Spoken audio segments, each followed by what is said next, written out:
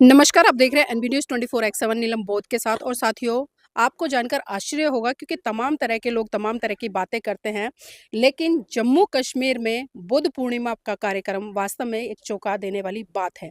क्योंकि बुद्ध पूर्णिमा जिस तरह से लोग तरह-तरह की बातें करते हैं, तरह-तरह के इल्ज़ाम भी लगाते हैं और कश्मीर को लेकर ये कहते हैं कि कश्मीर में जिस समुदाय के लोग रहते हैं, वो बुद्ध को नहीं मानते, लेकिन ऐसा बिल्कुल भी नहीं है क्योंकि भगवान बुद्ध ने समस्त प्राणी जाति के लिए काम किया है, चाहे उसमें पशु हो, पक्षी हो, जानवर हो या फिर मनुष्य हो।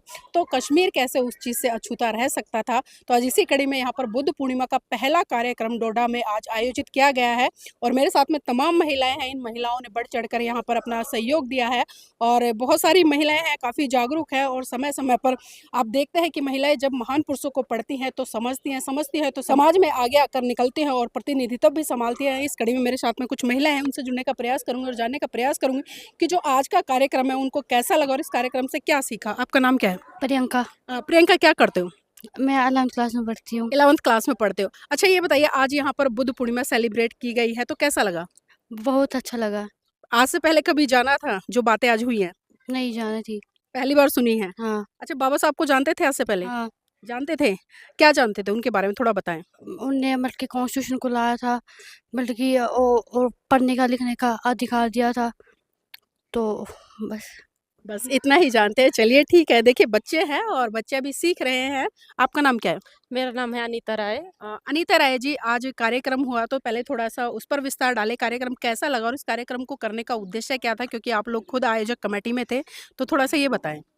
देखो आज का जो प्रोग्राम था वो बहुत ही अच्छा रहा। थोड़े लोग आए लेकिन जो भी थे वो क्रांतिकारी लोग थे हुँ। हमारे बीच बैठे हुए। तो हम यही मैसेज है हमारा लोगों को कि बढ़-चढ़ कर लोग जो हैं वो आएँ और लोगों को ना पढ़ने की ज़रूरत है। हमारी बहनों को, भाइयों को पढ़ने की ज़रूरत है। और जितनी भी बुद्ध बुद्ध हैं उन्होंने जो एक रास्ता बनाया है, जीने का जो एक रास्ता बनाया है, वो सबकी ज़िंदगी में लाना है, सभी को लाना है अपनी-अपनी ज़िंदगी में। तो आज ये प्रोग्राम जो है काफ़ी अच्छा रहा, हमारे जितने भी लोग यहाँ आए थे उनका धन्यवाद करते हैं और बढ़-चढ़ कर लोगों ने हिस्सा लिया और आगे हम चाहेंगे कि इससे ज़्यादा लोग जो हैं वो यहाँ पे आएँ और ये प्रोग्राम जो है सफल बनाएँ।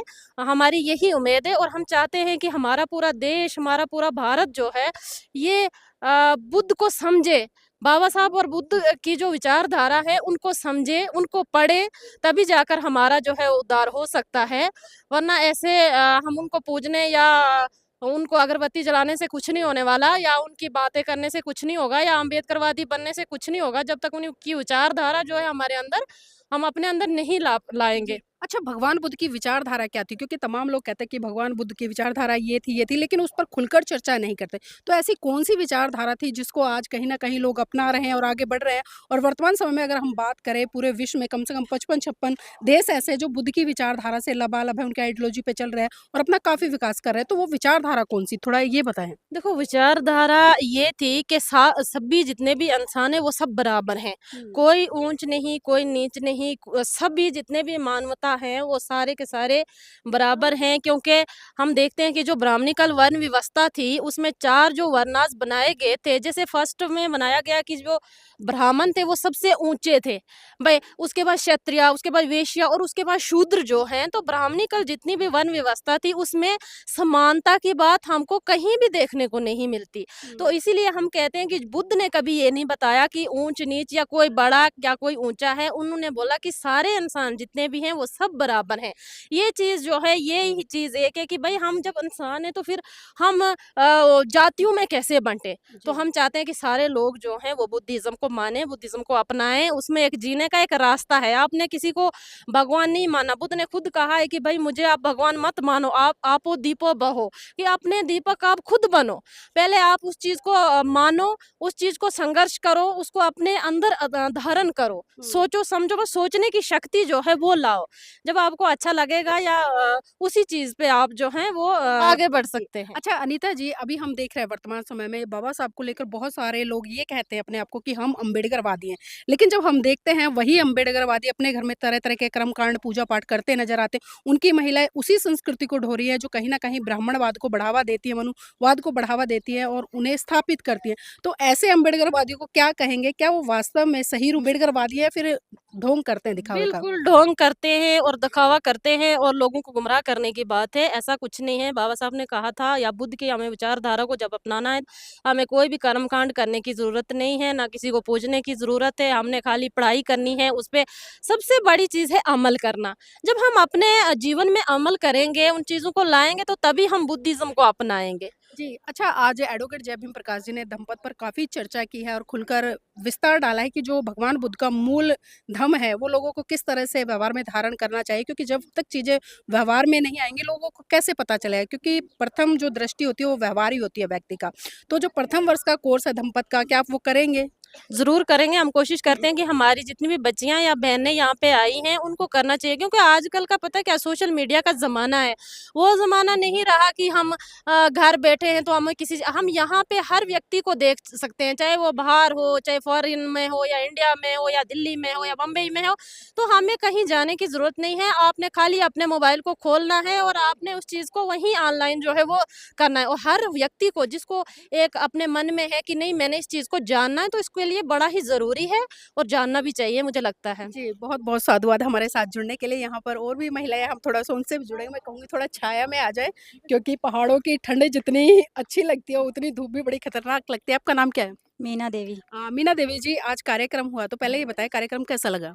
बहुत अच्छा था और हमें खुशी भी है कि हमें ये मौका मिला, ये कार्यक्रम करने का मौका मिला। आप यहाँ आए, हमें बहुत अच्छा लगा। मतलब आना अच्छा लगा या जो बातें वहाँ पर जो रखी गई? बातें यहाँ पर रखी जी। गई वो बहुत अच्छी थी और मैं अपने गाँव के लोगों से ये कहना चाहती हूँ कि हमारे गाँव के लोगों को ये चीज़ देखने की ये चीज़ पढ़ने की ज़रूरत है। ये चीज़ पढ़ेंगे, सोचेंगे, जब आएँगे तो तभी थोड़े से ही थे लेकिन फिर भी आए। मैं इनका धन्यवाद करना चाहूँगी। मैं चाहती थी कि पूरे लोग आते तो अच्छी बात थी लेकिन पूरे नहीं आए हैं। जो भी जितने भी आए हैं, इनको मैं यही कहना चाहती हूँ कि ये इस चीज़ को देखें, बाबा साहब को देखें, बुद्ध भगवान को पढ़ें, उनके विचारधाराओं को देखें तो ये समझेंगे, इनको तब पता चलेगा। ऐसे किसी के सुनने पे नहीं, ये खुद आते, देखते तो अच्छी बात थी। जी। अच्छा भगवान बुद्ध के बारे में कुछ लोग ये भ्रांतियाँ फैलाते हैं कि जो भगवान बुद्ध है, वो विष्णु का अवतार है। क्या आप ये बात मानते हैं? नहीं, ऐसा नहीं है, ये सब मनगढ़ंत कहानियाँ हैं, हम इस चीज़ में विश्वास नहीं रखते हैं। तो ऐसा है नहीं, वो किसी विष्णु के अवतार नहीं हैं।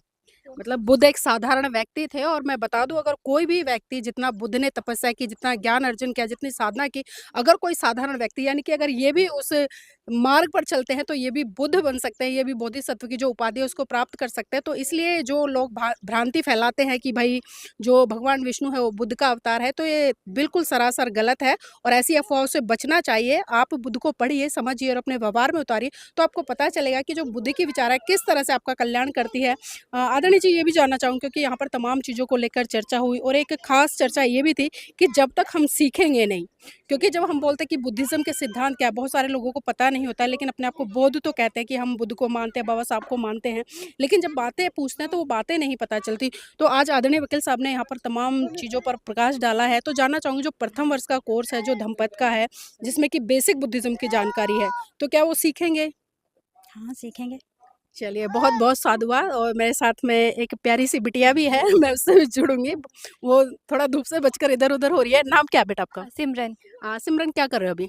मैं कॉलेज में हूँ, सेकंड ईयर है मेरा अच्छा और कॉलेज सेकंड ईयर क्या पढ़ाई कर रहे हो? मेरा कोर्स है bachelors of physical education and sports.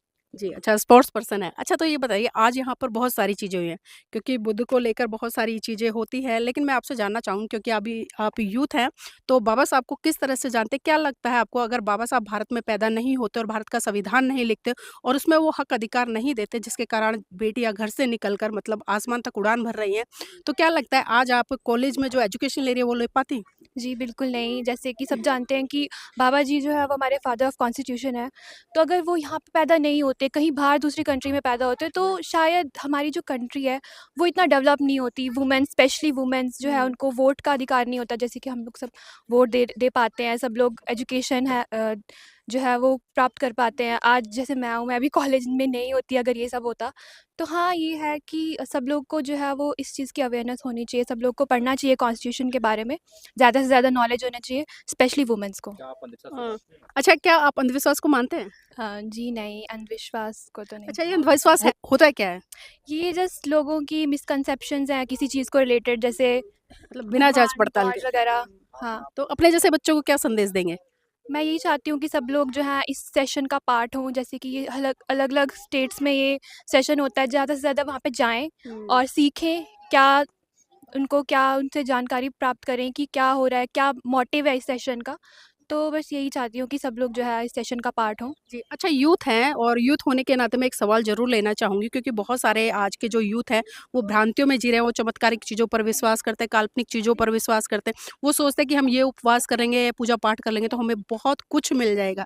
तो क्या लगता है कि खाली पूजा-पाठ करने से जो आप चाहते हैं, चाहे वो आपकी एजुकेशन हो, नौकरी हो या अच्छा घर हो, एक अच्छा लाइफ़स्टाइल हो, मिल मिल पाएगा? जी, ऐसा कुछ नहीं है। सिर्फ़ उपवास वगैरह रखने से तो सिर्फ़ उनकी हेल्थ ख़राब होगी। एक हुँ। अच्छे एजुकेशन के लिए इंसान को फ़िट भी होना ज़रूरी है और हेल्दी लाइफ़स्टाइल जीना है, ना कि उपवास वगैरह रखने हैं। ये सब जो है ये एक मिसकंसेप्शंस हैं। जी, तो देखिए बहुत-बहुत साधुवाद है हमारे साथ जुड़ने के लिए और मैंने कहा है कि देखिए जब तक ह लोगों के बीच में नहीं जाएँगे, जब तक चर्चाएँ नहीं होंगी, तब तक लोगों को एक जागरूकता भरा माहौल नहीं मिलेगा और ये वास्तविक सच्चाई है जितना लोग बढ़-चढ़ कर आज पढ़ रहे हैं, समझ रहे हैं बाबा साहब को, कहीं न कहीं उतने बड़े स्तर पर तरक्की भी कर रहे हैं। तो एक चीज़ और जानना चाहूँगी क्योंकि अभी आपने कहा कि जब तक सीखेंगे नहीं, आगे नहीं बढ़ेंगे और सीखना चाहिए। अभी आदरणीय एडवोकेट जय भीम प्रकाश जी ने धम्मपद के प्रथम वर्ष के कोर्स के बारे में यहाँ पर चर्चा की। क्योंकि कोई भी व्यक्ति अगर अपने आप को अम्बेडकरवादी कहता है तो बेसिकली उसे जो बुद्धिज़्म की जानकारी है क्योंकि बुद्धिज़्म कोई सांप्रदायिक नहीं है बल्कि एक जीने की कला है और जो धम्म को धारण करेगा उसका विकास होगा। तो क्या आप प्रथम वर्ष का वो कोर्स करेंगे? वहाँ पे अभी मैं और सेशंस में जाऊँगी तो हाँ, मैं आगे ज़रूर करूँगी। जी। आप चाहते हैं कि पूरे भारत में धम्म का प्रचार हो और जो लोगों में कहीं न कहीं एक सांप्रदायिकता का माहौल है, आपस में लड़ते झगड़ते हैं, एक-दूसरे को नीचा दिखाते हैं, भेदभाव करते हैं, वो चीज़ें खत्म हो? हाँ जी, बिल्कुल होनी चाहिए क्योंकि तभी तो जो है इंडिया आगे बढ़ेगा। जब तक ये सब चीज़ें रहेंगी तो वो डेवलप नहीं हो पाएगा कंट्री अच्छे से। जी, तो चलिए ठीक है, बहुत-बहुत साधुवाद हमारे साथ में इस महत्वपूर्ण चर्चा में जुड़ने के लिए और वास्तव में क्योंकि देखिए जब तक सीखेंगे नहीं, जब तक हम आगे नहीं बढ़ेंगे और यहाँ पर मैंने जितनी भी चर्चा की है, खासकर पढ़े-लिखे बच्चे हैं, महिलाएँ हैं, तो ये ज़रूरी हो जाता है क्योंकि कोई भी संस्कृति हो या कोई भी धर्म हो, उसको बढ़ाने में जितनी महत्वपूर्ण भूमिका महिलाएँ निभा सकती हैं, शायद कोई नहीं निभा सकता। तो साथियों मैं चाहूँगी आप इस वीडियो को लाइक करें, शेयर करें और कमेंट करके अपनी प्रतिक्रिया ज़रूर